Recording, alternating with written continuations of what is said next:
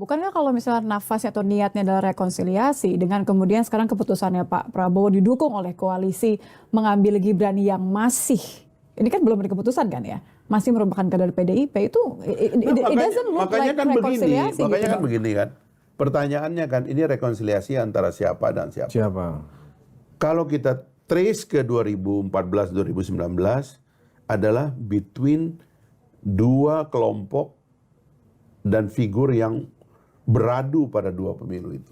Namanya Pak Prabowo dan Pak Jokowi. Kan ini yang permanen kan. Prabowo Hatta, Prabowo Sandi, Jokowi JK, Jokowi Ma'ruf kan. Tapi yang permanen adalah Prabowo dengan Jokowi. Prabowo dan Jokowi ini yang reconcile. Mereka mau ngajak kabinetnya. Karena yang memang simbol konkret dari rekonsiliasi itu adalah kabinet. Makanya harusnya kabinet itulah yang diopus oleh power baru gitu loh. Nah ini yang tadinya mau dijaga, makanya kan calonnya di awal yang saya dengar itu desainnya Prabowo Puan. Awalnya itu. Prabowo Puan. Siapa tuh ide pertama?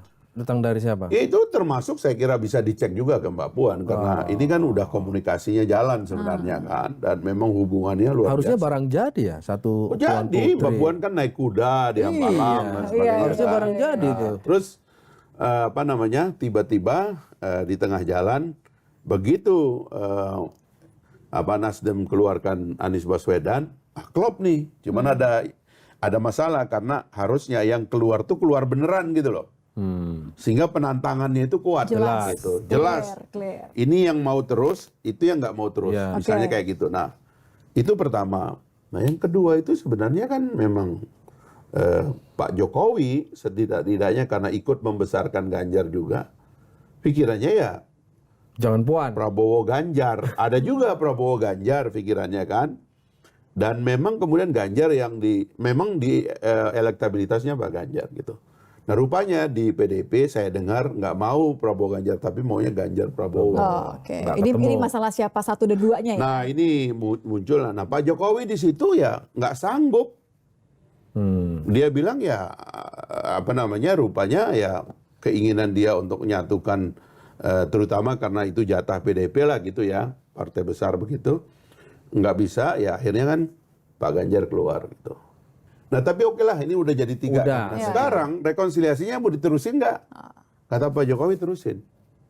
Meskipun harus Pak Prabowo dengan Pak Jokowi dan kabinet besar ini harusnya terus berjalan. Waktu itu di awal kan ketika disebut Prabowo dan Jokowi, Prabowo dalam konteks masih pakai baju PDI Perjuangan kan?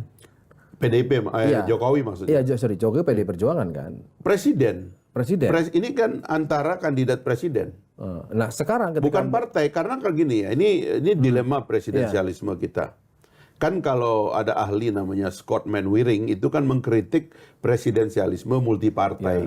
Itu menyebabkan ketidakjelasan.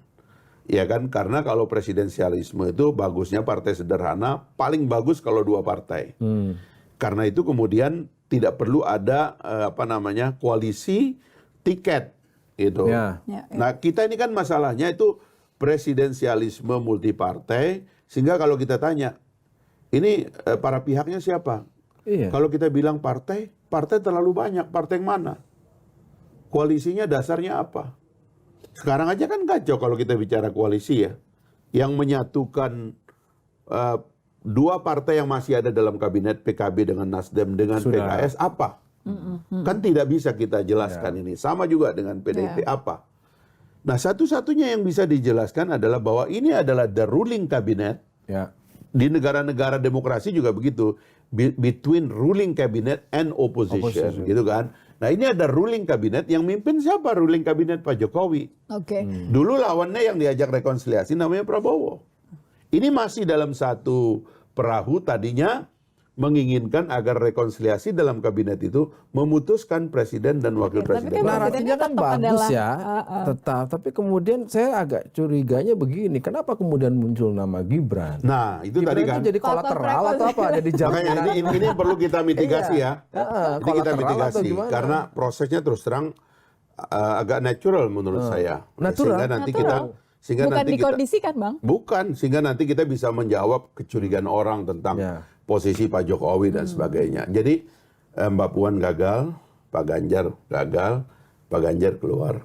ya kan, PDIP keluar bikin blok sendiri, berarti sudah 3 keping blok ini kan. Sekarang kan di koalisi besar ini bertanya, kira-kira dengan siapa lagi? Seorang yang merepresentasikan Prabowo dan seorang yang merepresentasikan Pak Jokowi. Atau kelompok Pak Jokowi yang menyetujui itu. Kelompok Pak Jokowi ya. Ya. Oke. Nah sekarang Pak Prabowo mewakili Pak Prabowo. Bukan kelompok lagi tapi anaknya Pak Jokowi. Itu Ya, makanya kan. Iya, makanya. Nah, nggak main-main. Makanya kita sekarang Dosisnya ketinggian. karena gini, Wapres itu sepenuhnya simbolik. Ini juga argumen kuat yang nggak bisa dibantah juga. Di negara kita dengan sistem seperti ini, apa boleh buat, karena nomination by the elite sepenuhnya wakil presiden adalah simbolik. Ya, ya. Nah sekarang karena simbol Puan nggak jadi, simbol Ganjar tidak jadi, ya ini yang merepresentasikan koalisi dengan Pak Koalisi Jokowi, besar tadi, yang Pak Jokowi rekonsiliasi. itu partainya PDP, akhirnya ya cari seseorang yang lebih merepresentasikan Pak Jokowi. Bukan lebih otentik. Nah, itu Anaknya dia. langsung gitu ya.